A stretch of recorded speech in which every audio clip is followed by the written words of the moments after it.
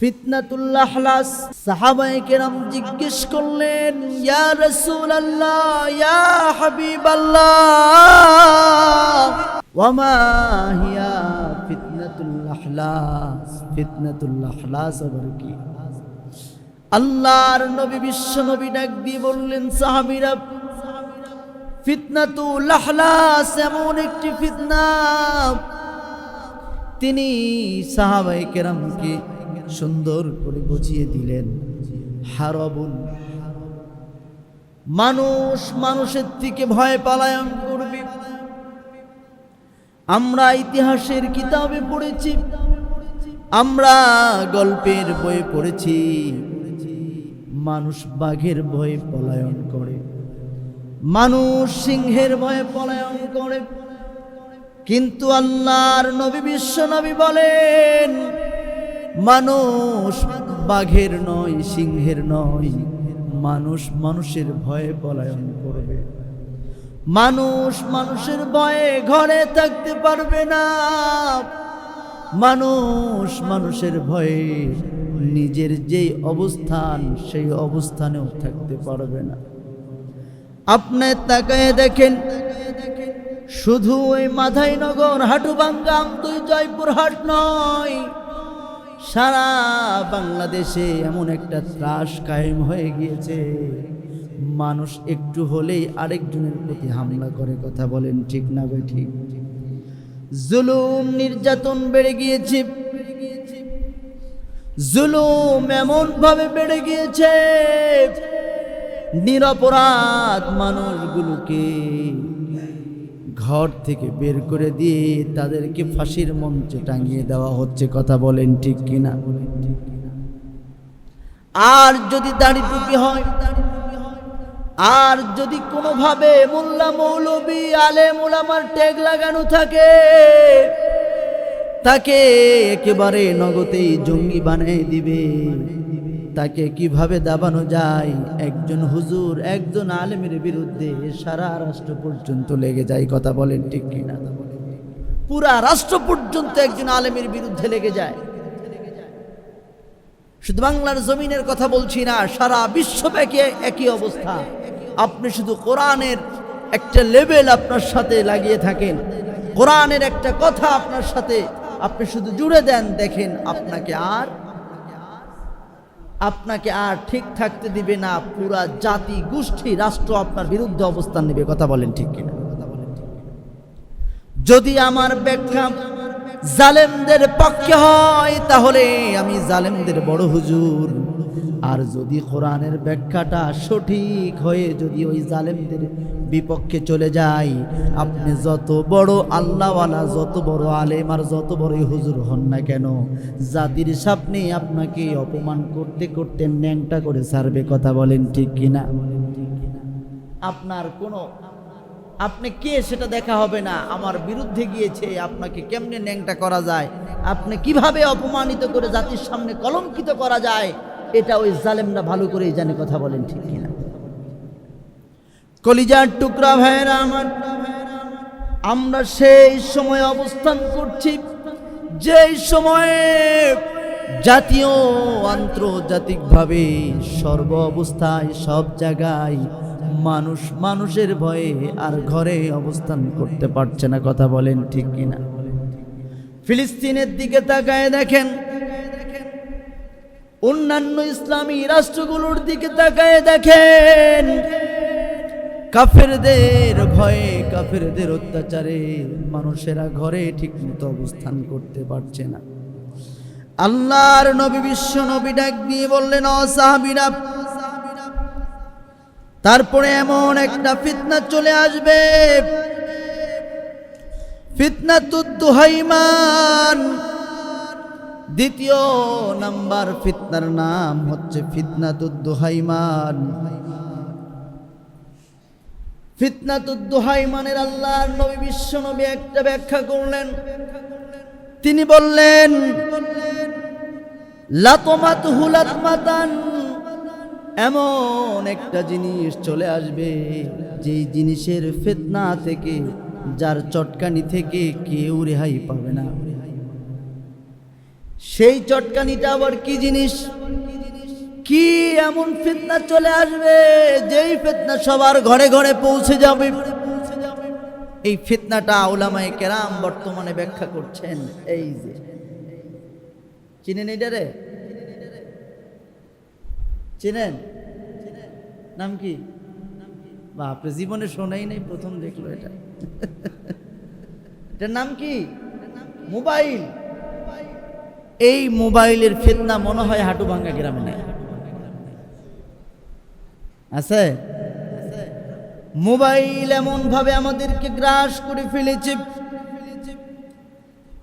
বর্তমান বাংলাদেশে 6 ঘন্টা মোবাইল চালায় না এমন লোকের সংখ্যা বেশি, নাকি 6 ঘন্টার উপরে মোবাইল চালায় এমন লোকের সংখ্যা বেশি? প্রতিদিন 6 ঘন্টার উপরে মোবাইল চালায় এমন লোকের সংখ্যা বেশি, নাকি 6 ঘন্টার কমে মোবাইল চালায় এমন সংখ্যা বেশি?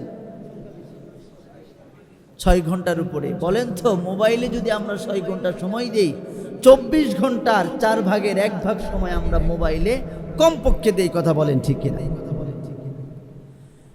6 ঘন্টার উপরে বাংলার জমিনে অনেক মানুষ রয়েছে, কোটি কোটি মানুষ রয়েছে,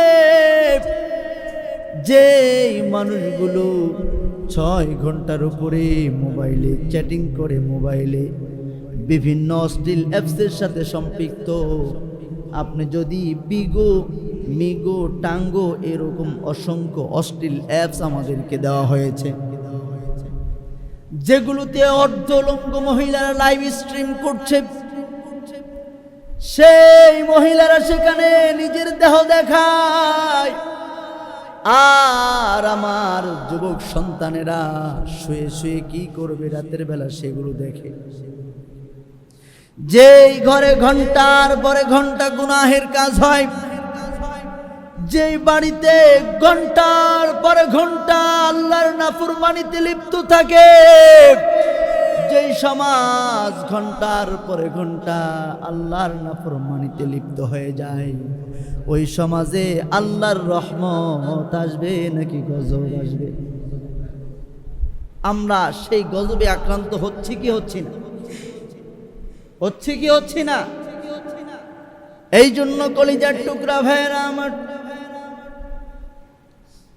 আল্লাহর নবী বিশ্ব নবীর কিয়ামতের যত আলামত বর্ণনা করেছেন, আমি সেগুলো গবেষণা করতে গিয়ে দেখেছি, মনে হয় আল্লাহর নবী বিশ্ব নবী বর্তমান যুগ দেখে দেখে 1400 বছর আগে তিনি বর্ণনা করেছেন। বলুন সুবহানাল্লাহ। আল্লাহর নবী যেভাবে বলেছেন, আল্লাহর নবী বিশ্ব নবী যেইভাবে ইঙ্গিত করেছেন, একটু পরিমাণও কম বেশি হয় নাই, ঠিক ওইভাবেই দুনিয়ার জমিনে সেগুলো ফলে গিয়েছে। বলুন সুবহানাল্লাহ। এই জন্য দুনিয়ার সব কিছু মিথ্যা হইতে পারে, কোরআন এবং রাসূলের কথাগুলো কখনো মিথ্যা হতে পারে? বলুন না আল্লাহু আকবার, আল্লাহু আকবার। আল্লাহর নবী বিশ্ব নবী, তিনি হা বললে হালাল হয়ে যায়, না বললে হারাম হয়ে যায়। তিনি যদি চাইতেন একটা বার দিল থেকে, মুখে বলা লাগতো না, শুধু যদি তিনি মনে মনে চাইতেন, আল্লাহর নবী বিশ্ব নবীর মাধ্যমে আল্লাহ পাক জানিয়ে দিয়েছেন, লা সারাল উহুদু যাহাবান, আল্লাহ পুরা উহুদ পাহাড়কে স্বর্ণ বানিয়ে নিজের সাথে চালাই দিতেন। বলুন সুবহানাল্লাহ। কিন্তু না, তিনি জীবনে কখনো আর্থিক লালসা তার ভিতরে ছিল না, দুনিয়ার কোনো লালসা ছিল না। তিনি সব সময় কেঁদেছেন উম্মতি উম্মতি, আল্লাহুম্মা উম্মতি উম্মতি বলে। বলুন সুবহানাল্লাহ। কলিজার টুকরা ভাইরা আমার, আল্লাহর নবী বিশ্ব নবী বললেন, কিয়ামতের আগ মুহূর্তে মানুষের মধ্যে একটা ফিতনা চলে আসবে। সেই ফিতনাটা হচ্ছে সুখে থাকার ফিতনা। বুঝেন নাই? সুখের ফিতনা মানে সুখ বেড়ে যাবে মানুষের। সুবহানাল্লাহ। কিয়ামতের আগ মুহূর্তে মানুষের সুখ বেড়ে যাবে, যে আমরা এখানে যারা বসে আছি, আমরা ছোটবেলায় অনেকের ভাতের মারটাও পর্যন্ত পাই নাই, কথা বলেন ঠিক কিনা? আগে যে এই জমিন থেকে 5 মণ 6 মণ সর্বোচ্চ 10 মণ ধান হইতো, সেই জমিন থেকে এখন 30 মণ ধান হয়, কথা বলেন ঠিক কিনা? যেই জমিন থেকে 5 মণ 6 মণ 7 মণ 10 মণ আলু হইতো, সেই জমিন থেকে আজকে সর্বোচ্চ কত হয়? হ্যাঁ, যেই জমিন থেকে 10 মণ আলু হইতো, সেই জমিন থেকে এখন 110 মণ। বলুন সুবহানাল্লাহ। কলিজার টুকরা ভাইরা আমার, এক সময় আপনারা না খেয়ে থেকেছেন, এখান থেকে জয়পুরহাট হেঁটে হেঁটে যাওয়া লাগছে, কিন্তু এখন তো আর যাওয়া লাগে না। এখন ঘরের দরজায় দাঁড়াইলেই গাড়ি সুন্দর করে আপনাকে জয়পুরহাট নামায় দিবে। এই জন্য আগের চেয়ে সুখ বাড়ছে না কমছে? হ্যাঁ, সুখ বাড়ছে না কমছে? পায়ে যখন ব্যথা হয়, আল্লাহ আমাকে একটু মাফ করে দাও। আর যখন ব্যথা ভালো হয়ে যায়, আল্লাহর নাফরমানি করতে আর সময় লাগে না, কথা বলেন ঠিক কিনা? যখন গোলাম বিপদে পড়ে, আল্লাহ তুমি আমাকে বিপদ থেকে উদ্ধার করো, বিপদ যেই না উদ্ধার হয়, ওই যে ঘাট গাং পার হইলেই মাঝি করে দেওয়া হয়, ঠিক না ভাই? ঠিক। সুখের ফিতনা আমাদের মাঝে এখন বিরাজমান, ঠিক কিনা ভাই? ঠিক। সুখের ফিতনা আমার আপনার মাঝে এখন উপস্থিত হয়েছে, জানি না কোন সময় কিয়ামত চলে আসে। আল্লাহর নবী বিশ্ব নবী বললেন,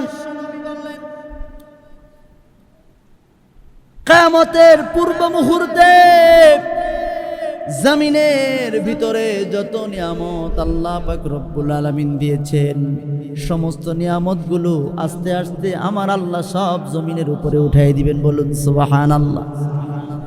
এতদিন শুনেছি ইউরোপ, আমেরিকা, কাশ্মীরের মধ্যে আঙ্গুর ফল হইতো, এখন সে আঙ্গুর বাংলার জমিনেও চাষ হওয়া শুরু করেছে। ড্রাগন ফল যেটা ইউরোপ, আমেরিকা, বহির্বিশ্ব থেকে নিয়ে আসতো, এখন বাংলাদেশে এমনভাবে ড্রাগন চাষ হওয়া শুরু করেছে, বাংলাদেশের ড্রাগনগুলো এখন বাংলাদেশের প্রয়োজন মিটে সেগুলো বিদেশে রপ্তানি করা হচ্ছে। বলুন সুবহানাল্লাহ। আল্লাহ পাক জমিনের নিচে যত নিয়ামত রেখেছেন, সমস্ত নিয়ামতগুলো আমার আপনার জন্য সবগুলো বের করে দিচ্ছে। বলুন সুবহানাল্লাহ। আল্লাহর নবী বিশ্ব নবী বললেন, ও সাহাবীরা, তারপরে এমন একটা ফিতনা চলে আসবে, ফিতনাটার নাম হচ্ছে, এমন একটা ফিতনা, ফিতনাতুল আহলাসের এগুলো ব্যাখ্যা, এমন একটা ফিতনা চলে আসবে, তারমি বিন নাফস, তারমি বিন নাফস। আল্লাহর নবী বিশ্ব নবী বললেন, তারমি বিন নাফস, কালো পাথর নিক্ষেপ করা হবে, কালো কালো পাথর নিক্ষেপ করা হবে। বর্তমান দুনিয়াতেও কালো কালো পাথর নিক্ষেপ করা হচ্ছিল। আল্লাহর নবী বিশ্ব নবীর জামানায় তলোয়ার আর ঢাল বল্লম দিয়ে যুদ্ধ করা হয়েছে। তখনকার যুগে তো আর গোলা বারুদ ছিল না, বর্তমান যুগে গোলা বারুদের কি কোনো অভাব আছে? হাজার হাজার লক্ষ লক্ষ গুলি ছোড়া হচ্ছে। আমার গাজাবাসীদেরকে সুন্দর সাজানো একটা শহরকে তারা ধুলোর সাথে মিশে দিয়েছে, ইরানকে তারা ধুলোর সাথে মিশে দেওয়ার পরিকল্পনা করছে। কলিজার টুকরা ভাইরা আমার, সারা বিশ্বব্যাপী ইউক্রেন রাশিয়া যুদ্ধ চলছে, এক প্রান্ত থেকে আরেক প্রান্তে তারা গুলি, বোমা ইত্যাদি কালো কালো পাথর তারা নিক্ষেপ করছে। কথা বলেন ঠিক না বেঠি?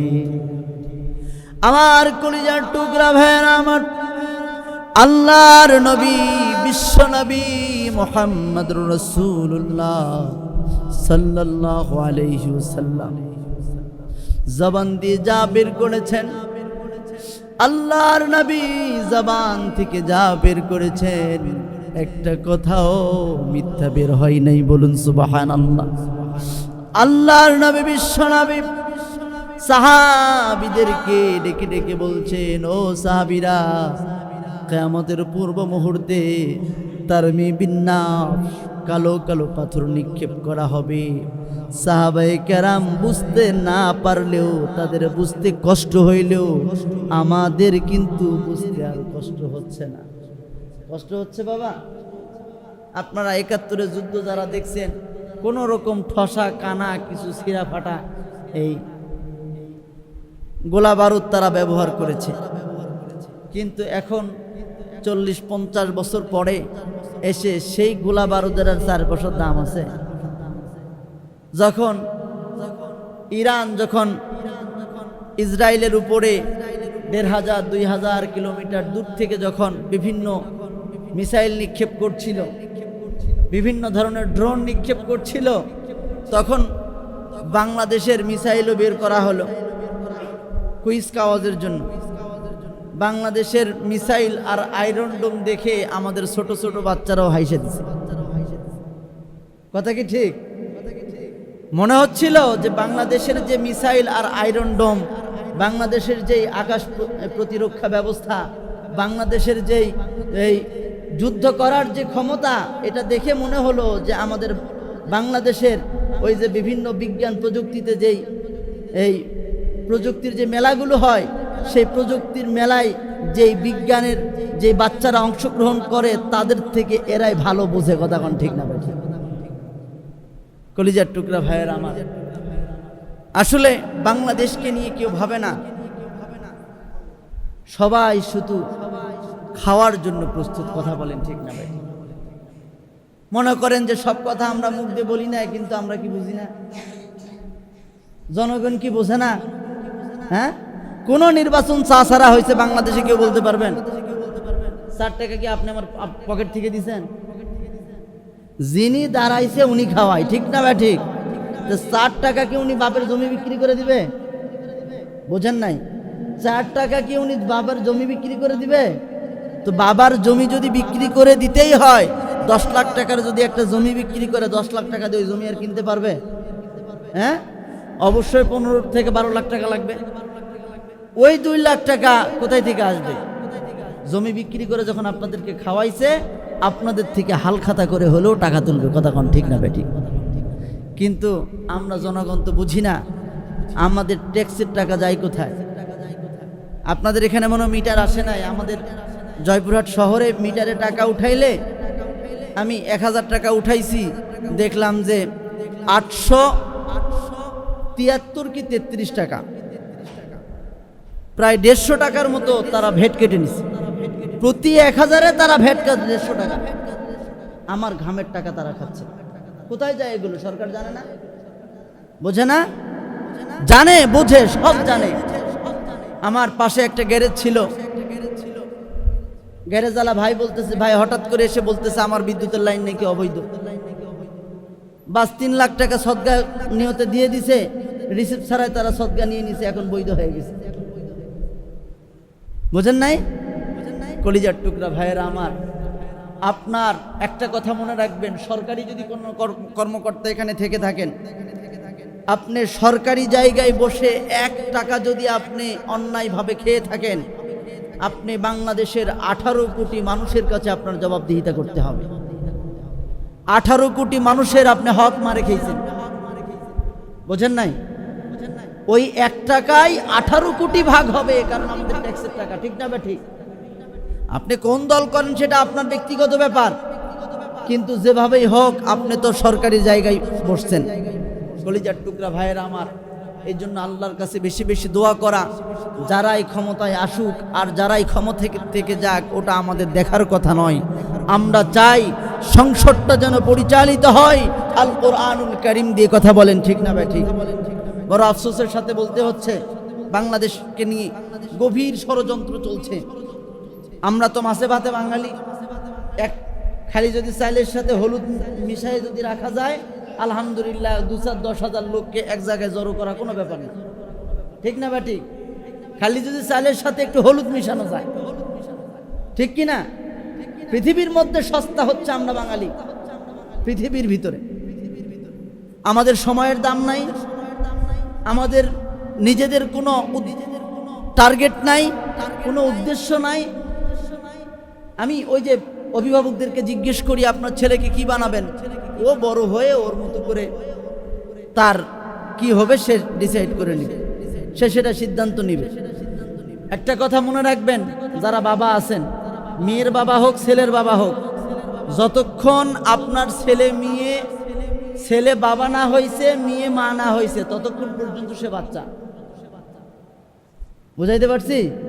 যতক্ষণ আপনার মেয়ে মা না হয়েছে, যতক্ষণ আপনার ছেলে বাবা না হয়েছে, ততক্ষণ পর্যন্ত আপনি আপনার সন্তান সে সন্তানের মতোই, সে তখনও বাচ্চা। কেন বলছি? তার জীবন নিয়ে তার কোনো টার্গেট নাই। আমি দীর্ঘদিন শিক্ষকতার কারণে আমার বুঝা আসছে, 17-18 বছরের শিক্ষার্থী, 20 বছরের শিক্ষার্থীও বাড়ি যাওয়ার জন্য কান্না করে। বুঝেন নাই? তারা হুজুর ছুটি দেন, একটু বাড়ি যাবো, ভাল লাগিচ্ছে না, মনে হয় অসুস্থতা। অসুস্থ এখনো হয়নি, মনে হয় একজন বলতেছে আমাকে যে হুজুর ভিতরে আমার অসুস্থতার ভাব লাগতেছে। এখনো কিন্তু সে অসুস্থ হয় না, অসুস্থতার ভাব লাগতেছে, সে ছুটি চাচ্ছে।